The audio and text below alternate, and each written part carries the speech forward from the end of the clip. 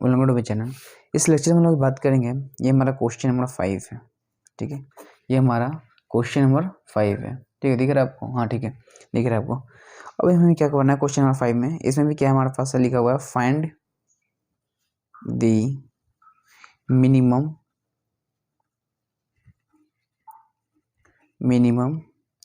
Number of table. क्या करना है हमें? मिनिमम नंबर ऑफ हमें टेबल फाइंड करना है। ठीक है, मिनिमम नंबर ऑफ हमें टेबल फाइंड करना है। और हमें जो क्वेश्चन कुछ इस प्रकार से दिया है, चलिए मैं आपको क्वेश्चन में पहले ड्रॉ कर देता हूँ। ये देखिए क्वेश्चन बहुत ही अच्छे से मैं क्वेश्चन आपको बता रहा हूँ, ताकि आपको जो एग्जाम में आए या तो कहीं पे भी पूछा जाए, आप इस चीज़ को जो बता सको अच्छी तरह से। ठीक है, क्योंकि आपको यही इम्पोर्टेंट है कि ईआर डायग्राम को जो है कैसे कन्वर्ट करना है आपको टेबल्स में। ये हमारा 1 लिखा हुआ है, और ये भी जो हमारा है E2 से होगा connect, again this will connected to the 1A2 R2 and then E goes to E3. ठीक है, now E1 has A1 attributes with the primary key A1 and A2, and canalities is 1:2 many, and A2 has 3 attributes, that is A1 as B1 as the primary key, and B2 is a normal, and C also normal. ठीक है, that is R3, and there is cardinality should be 1 and M:1 and M:1, and C1 as a primary key and C2 as a normal attributes. ठीक है, तो ये हमारा था। और मैं ये दिया हुआ है, हमें क्या करना है, हमें इसका इस ई डायग्राम का हमें टेबल बताना है, कितने टेबल बनेंगे। पिछले लेक्चर में हमारे पास कितने टेबल बने थे? 5 टेबल बने थे, राइट। अब देखिए इस टेबल में 4 टेबल हमारे पास बने थे, राइट। और हमें क्या करना है, इसे देखना है कि हमें कितने टेबल्स बनेंगे, राइट। इट अपॉन यू, अगर आप जो है इसे किस तरह से बनाते हो, लेकिन आपको सिर्फ एक चीज़ का ध्यान देना है, आंसर जो है मैच हो सकता है कभी कभी करे ना करे, इसे मैटर नहीं करना, क्योंकि आंसर जरूरी है कि मैच करे ही करे। क्योंकि देखिए हम लोग क्या बना रहे हैं, हम लोग डेटाबेस पे काम कर रहे हैं, राइट। और डेटाबेस पे काम करने का मतलब हो सकता है कि आंसर में वेरिएशन आ सकती है, 100% श्योर नहीं है कि आंसर एक ही जैसा हो, राइट। हो सकता है कोई अलग तरीके से सोच कर बना सकता हो, बट इसमें आपको घबराना नहीं है, राइट। तो हमें बताना है कि इस ईआर डायग्राम का कितने टेबल बन सकते हैं, क्योंकि हमारा ईआर डायग्राम दिया हुआ है, तो इसे कितने टेबल बन सकते हैं। अब देखिए हम लोग चलिए दिमाग लगाते हैं।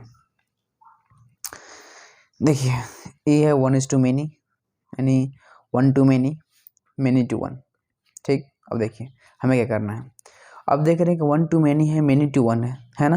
तो देखिए 1 to many यानी यहाँ से ये, क्योंकि अब many है, अब जहाँ जहाँ many देखो अगर उससे रिलेटेड है एंटिटी उसको ऐड कर दो। तो देख रहे हैं मैं क्या देख रहा हूँ कि यहाँ से यहाँ पर भी देख रहा हूँ, और यहाँ से यहाँ पर भी देख रहा हूँ, तो मैं इन तीनों को ऐड कर देता हूँ। मैं लीजिए मैं इन तीनों को ऐड कर दिया।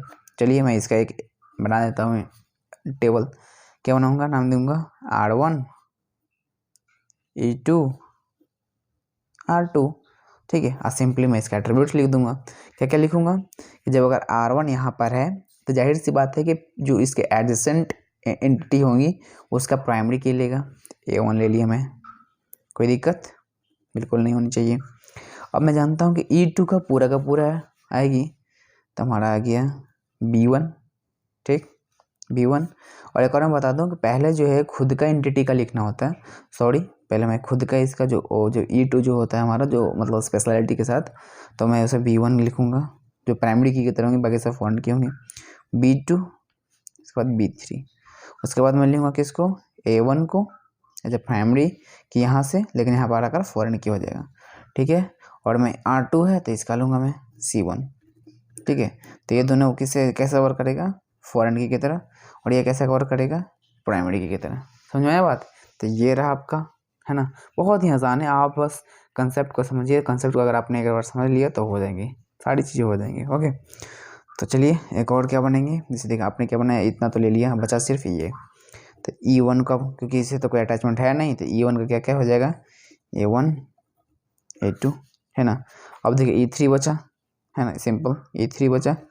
अब हमें क्या करना है? C1 C2, ये हमारा दोनों प्राइमरी की था, C1 एंड A1 प्राइमरी की था। तो हमारे पास कितने टेबल बनेंगे, हमारे पास 3 टेबल बनेंगे। ठीक है, कितने टेबल बनेंगे, 3 टेबल हमारे पास बनेंगे। तो ये था आपका जो है क्वेश्चन नंबर 5। आपको जो है समझ में आ गया वो चीज़ें। ठीक है, तो इस तरह से आपको जो है बनाने हैं। बनाने में कोई आपको जो है मतलब हड़बड़ी नहीं करना, बस आराम आराम से आपको जो है बनाना है, क्योंकि चीज़ें समझ में आनी चाहिए। ठीक है, thank you so much watching this video. आप जो है लाइक शेयर सब्सक्राइब जरूर कीजिएगा, शेयर जरूर कीजिएगा लोगों के पास जिनको ये ज़रूरत है वीडियो का, क्योंकि देखिए DPMS में बहुत ही इंपॉर्टेंट क्वेश्चंस आती हैं और ये चीज़ जो है आना ही चाहिए। Thank you so much watching this video.